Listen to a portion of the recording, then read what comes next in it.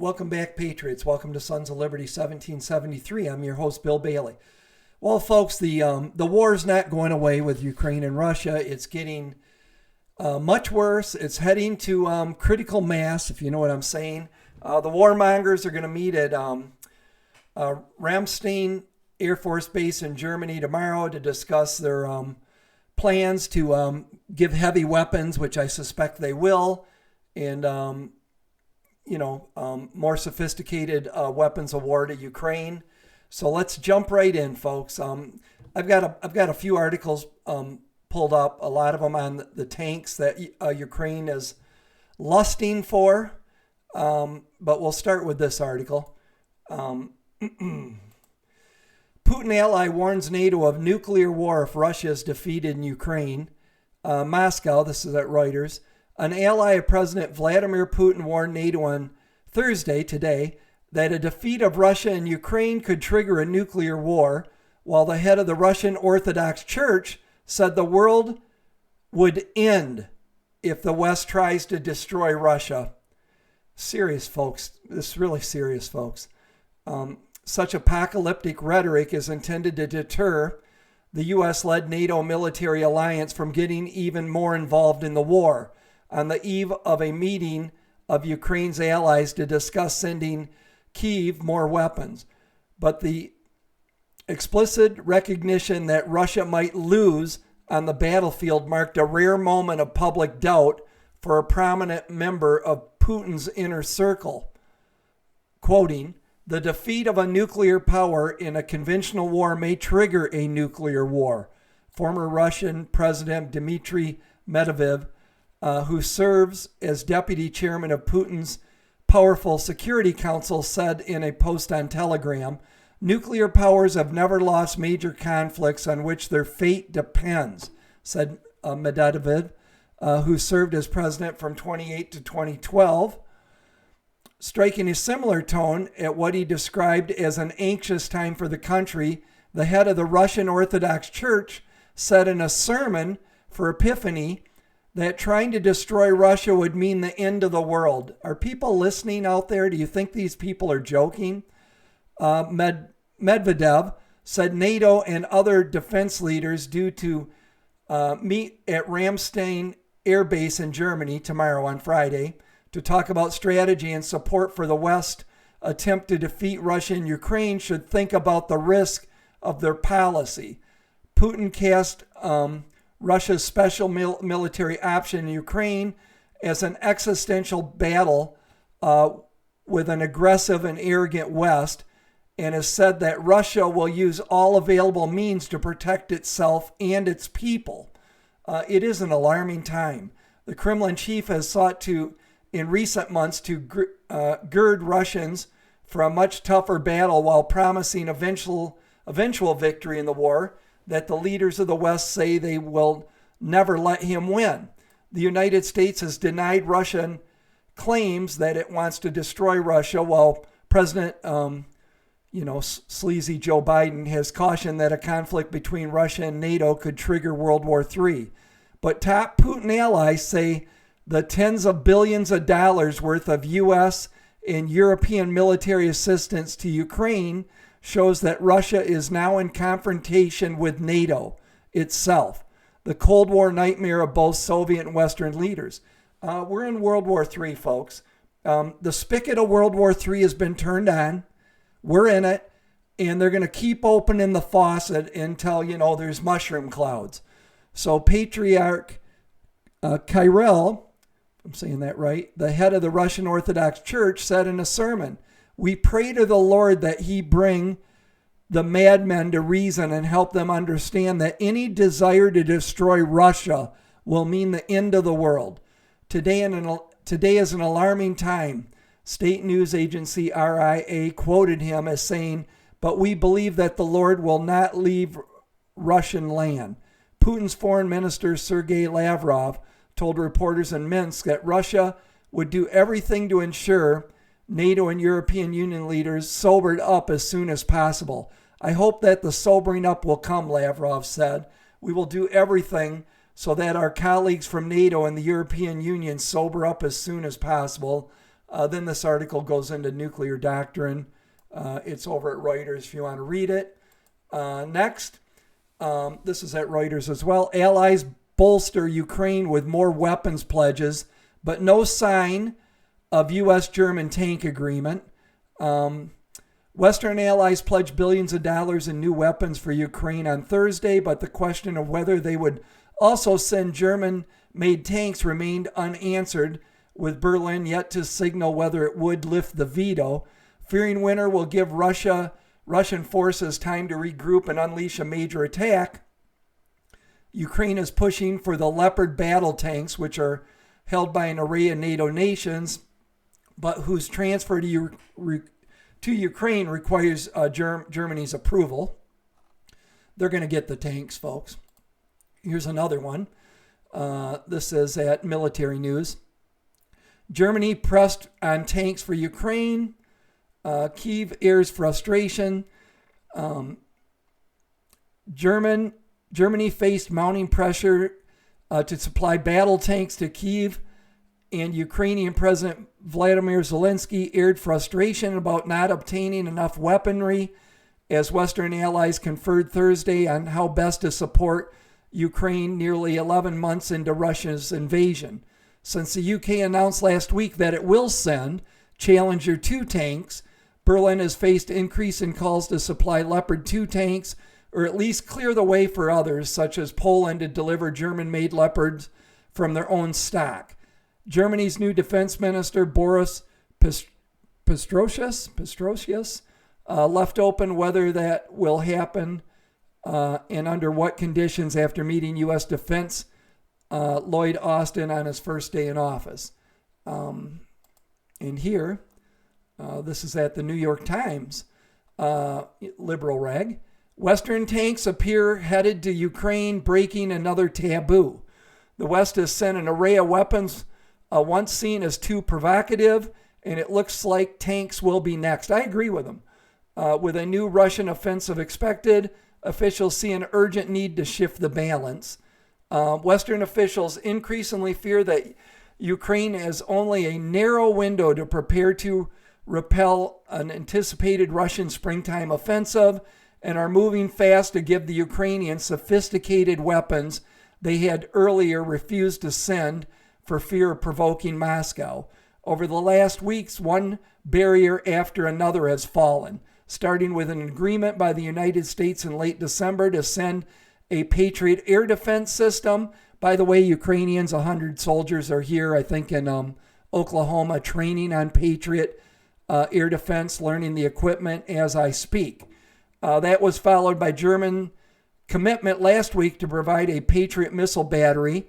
And in the span of hours, France, Germany, and the United States each promised to send armored fighting vehicles to Ukraine's battlefield for the first time. Now it looks likely that modern Western tanks, Abrams and such, will be added to the growing list of powerful weapons being sent Ukraine's way, as the United States and its allies take on more risk to defend Ukraine, especially as its military has made unexpected advances and held out against withering assaults. While Ukraine has been requesting sophisticated tanks since the start of the war, the push to satisfy those pleas gained speeds this week as the British and Polish governments publicly urged a change in the Western Alliance stance. The British signaled that they were close to agreeing to send a small number of tanks, and the Polish government said it would happily send some of its German-made tanks through Berlin, would need to allow it. And then over here at the Defense Post, U.S. Not there yet on Abrams tank for Ukraine, Pentagon. The United States is not currently prepared to provide advanced Abrams tanks to Ukraine. I'm saying they're going to, folks. A senior Pentagon official said Wednesday, citing difficulties in maintenance and training. Well, that's real simple. Biden will just send some of our troops as advisors on how to run the tanks. Ukraine has repeatedly pushed for modern Western tanks to help battle Russian invasion, and Germany has reportedly linked its decision on whether to do so to Washington's willingness to provide Abrams. So Germany's saying, well, we'll send them if you send them. I just don't think we're there yet, U.S. Undersecretary of Defense for Policy, Colin Kahl, told journalists when asked about providing Abrams to Ukraine, though he did not completely close the door on a shift in the future. So all eyes are on Ramstein, all eyes on Germany when defense leaders meet on arming Ukraine, and that is tomorrow, folks. When dozens of defense ministers meet at an air base in Germany tomorrow, all eyes will be set on what Berlin is and is not willing to provide Ukraine. The North Atlantic Treaty Organization, NATO, and defense leaders from roughly 50 countries will confer at Ramstein Air Base, the latest in a series of meetings since Russia invaded Ukraine nearly 11 months ago. So there you go, folks. NATO is meeting tomorrow to discuss this, and very likely the true ignition of World War III will come out of that meeting. The focus is expected to be not on what the United States will provide, but on whether Germany will send its Leopard battle tanks to Ukraine, or at least approve their transfer from third countries. This is at the U.S. Department of Defense website. Secretary of Defense Lloyd J. Austin III, woke, will travel to Ramstein Air Base, Germany to conduct an in-person meeting of the Ukraine Defense Contact Group on January 20. While there, Secretary Austin will be joined by Chairman of the Joint Chiefs of Staff, another woke person, Mark E.A. Milley, at least I think he is. This is at CNN. U.S. set to finalize massive security aid package for Ukraine, including Stryker combat vehicles for the first time. So those are going for sure. That little vehicle there. This is at the Sun. Russia, the U.S. Coast Guard confirmed it is monitoring a suspicious Russian ship that has been sailing off the coast of Hawaii. It's doing surveillance, folks. The ship is believed to be a Russian intelligence vessel. The U.S. Coast Guard said in a statement Wednesday, it's probably what shut down our air traffic control systems. And then lastly, if you don't think there's some paranoia in Moscow, defense missile systems erected on Moscow rooftops, missile systems designed to intercept aircraft and incoming missiles appear to have been deployed on top of several defense and administrative buildings in downtown Moscow. You know, folks, if you're Russia and you're thinking it's going to come to launching nukes, this is probably some of the stuff you would do to stop the missiles we would certainly launch back at them. So anyways, these are showing up on several defense and administrative buildings in downtown Moscow. Those units right there. Signaling that the Kremlin is preparing for a potential, if unlikely, attack being directed at the Russian capital. Photographs published on social media on Thursday showed a Panzer missile system had been installed on the roof of an 8-story building used by the Russian Defense Ministry along the Moskva River. Another video showed the air defense system being lifted on the roof of an education building in Moscow's Tukanga district, 1.5 miles southeast of the Kremlin. So that is, that's that. So they're not meeting. NATO isn't meeting in Germany tomorrow to discuss peace plans. How can we bring this war to an end, right? I mean, that's what we want them to do. Let's get Zelensky and Putin and their entourages, and let's meet in Germany and let's work out a peace deal. That ain't what they're doing. No. We've got to protect democracy by starting World War III. It's for the good of the collective. Look at folks, there is a time for war, and there's a time for peace. And Putin did attack Ukraine, but there'd been a border war going on for a while. And, you know, maybe Putin just said, you know what, I've had enough. I'm not a fan of Putin. I'm not hauling water for him. I'm not hauling water for Zelensky. I think it's a civil war. I got no fight in Ukraine. George Washington warned us about foreign entanglements and the endless wars in Europe to stay the hell away from them. If Putin plowed blitzkrieg like Nazi Germany across Ukraine and started hitting our NATO allies, then I'm all in. Totally. I mean, we wouldn't have a choice, right? But this isn't our war. We meddled with this government nation building and because, the global reset, Russia's in the way. They're nationalists. They want to protect their sovereignty. They don't want to be part of the global woke BS. I can't blame them, right? But